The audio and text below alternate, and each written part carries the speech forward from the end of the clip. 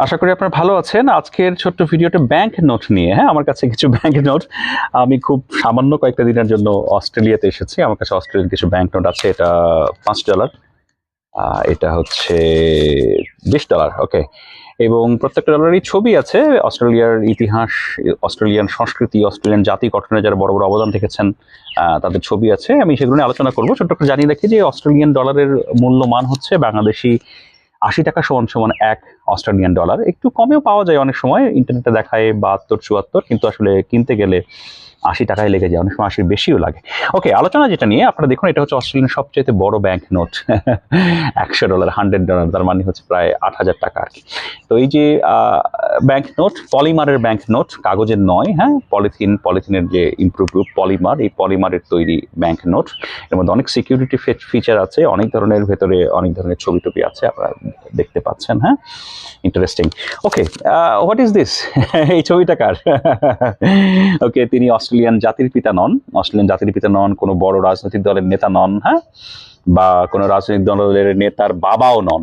ওকে, তিনি কে? তিনি হচ্ছেন, আমি একটু দেখে বলি, আমার কাছে নোট আছে নিচে, স্যার জন মোনাশ। আপনার মোনাশ নামটা শুনেছেন? পৃথিবীতে অস্ট্রেলিয়ান বিখ্যাত ইউনিভার্সিটি আছে মোনাশ ইউনিভার্সিটি নামে, মেলবোর্নে। তো এই ভদ্রলোকের নামই আসলে মোনাশ ইউনিভার্সিটি হয়েছে। তো এই স্যার জন মোনাশ, তিনি কে ছিলেন? তিনি ছিলেন হচ্ছে একজন সেনা অধ্যক্ষ, কমান্ডার। তিনি মূলত সিভিল ইঞ্জিনিয়ার ছিলেন, এবং ফার্স্ট ওয়ার্ল্ড ওয়ারে তিনি আসলে অত্যন্ত গুরুত্বপূর্ণ ভূমিকা রেখেছিলেন অস্ট্রেলিয়ান সোসাইটির জন্য, অস্ট্রেলিয়ান দেশের জন্য। তো তিনি মূলত ব্রিটিশ বর্ন একজন অস্ট্রেলিয়ান, এবং তিনি যেহেতু একটা বড় অবদান রেখেছিলেন, তার অবদানকে স্বীকৃতি দিতে আসলে এই $100 সবচেয়ে বড় যে ব্যাংক নোট অস্ট্রেলিয়ান, তাতে তার ছবিটা অঙ্কিত হয়েছে। আপনারা দেখতে পাচ্ছেন এখানে যুদ্ধ দিনের একটা ছবিও আছে। হ্যাঁ, যুদ্ধে বড় অবদান রেখেছিলেন মোনাশ। ওকে, হোয়াট ইজ দিস? নোটের উল্টা পাশে আরেকটা ছবি, একজন ভদ্রমহিলার ছবি। আপনারা দেখতে পাচ্ছেন একটা ছবি আছে, এবং তিনি কোথাও গাইছেন, তার একটা অন্য ধরনের ছবিও আছে এখানে পাশে। তিনি গান গাইছেন আসলে।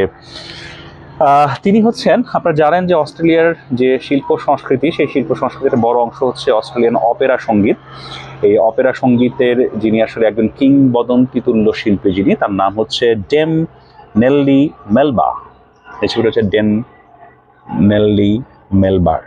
তো এই ভদ্রমহিলা, তিনি অপেরা সঙ্গীত গেয়ে আসলে অস্ট্রেলিয়ান সংস্কৃতিকে, অস্ট্রেলিয়ান মিউজিককে সারা ওয়ার্ল্ডের কাছে পৌঁছে দিয়েছিলেন। সেজন্য তার নাম অঙ্কিত করে এই ব্যাংক নোট। যদি কখনো অস্ট্রেলিয়ান $100, মানে $100 ব্যাংক নোট আপনার কাছে আসে, তাহলে আপনারা এই দুই ভদ্রমহিলাকে চিনে থাকবেন। ছোট্ট একটা বলে রাখি, অন্যান্য যে নোট, অন্যান্য নোটে আপনার অস্ট্রেলিয়ান এয়ারফোর্সের অফিসারের ছবি থাকে।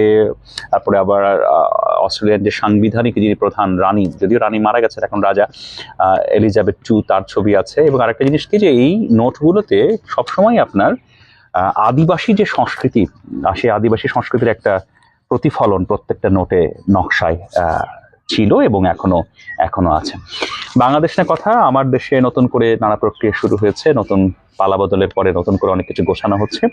আমি ব্যক্তিগতভাবে মনে করি যে বাংলাদেশের যে নোটগুলো আগামীতে ছাপা হবে, সেই নোটগুলোতে জাতীয় নেতাদের পাশাপাশি আসলে বাংলাদেশের শিল্প, সংস্কৃতি, সাহিত্যকে যারা আপনার এগিয়ে নিয়েছেন, তাদের তাদের ছবি সম্বলিত নোট আসলে বাজারে আসা উচিত। অবশ্যই বঙ্গবন্ধু শেখ মুজিবুর রহমান থাকা উচিত। তিনি নিশ্চিতভাবে আমাদের বাঙালির অবিসংবাদিত একজন নেতা, বাংলাদেশের মুক্তিযুদ্ধের অবিসংবাদিত অবদান রয়েছে, এটা যেমন ঠিক। বাবা, হ্যাঁ হ্যাঁ, তুমি একটু যাও, বাবা একটু কাজ করছে। আমি একটু ব্রেক নিচ্ছি।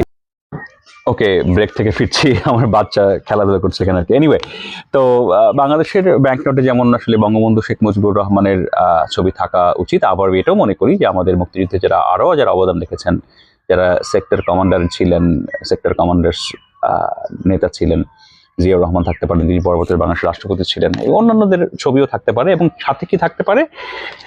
সাথে থাকতে পারে বাংলাদেশের শিল্প, সংস্কৃতি, সাহিত্যে যারা অবদান রেখেছেন। আমি তো বলবো যে আসলে আমাদের বাঙালি শিল্প, সংস্কৃতি, সাহিত্যের একটা বড় অংশ হচ্ছে বাউল সঙ্গীত। তো বাউল সঙ্গীত আসলে বড় অবদান রেখেছেন লালন শাহ, এদিকে আপনার শাহ আব্দুল করিম, তাদের ছবি থাকতে পারে। কাজী নজরুল ইসলাম, রবীন্দ্রনাথ ঠাকুর, তাদের ছবিও থাকতে পারে। তো সো আমি মনে করি পরবর্তীতে বাংলাদেশের যে ব্যাংক নোটগুলো আসলে বাজারে আসবে, সেই ব্যাংক নোটগুলোতে যাতে বাংলাদেশের শিল্প, সংস্কৃতি, সাহিত্য বা সবকিছু মিলে যাতে একটা সুসমন্বিত আপনার প্রতিফলন যাতে থাকে, যেটা আসলে আমাদের বাংলাদেশের ইতিহাস, শিল্প, সংস্কৃতি এবং সাহিত্যকে রিপ্রেজেন্ট করে। ধন্যবাদ সবাই।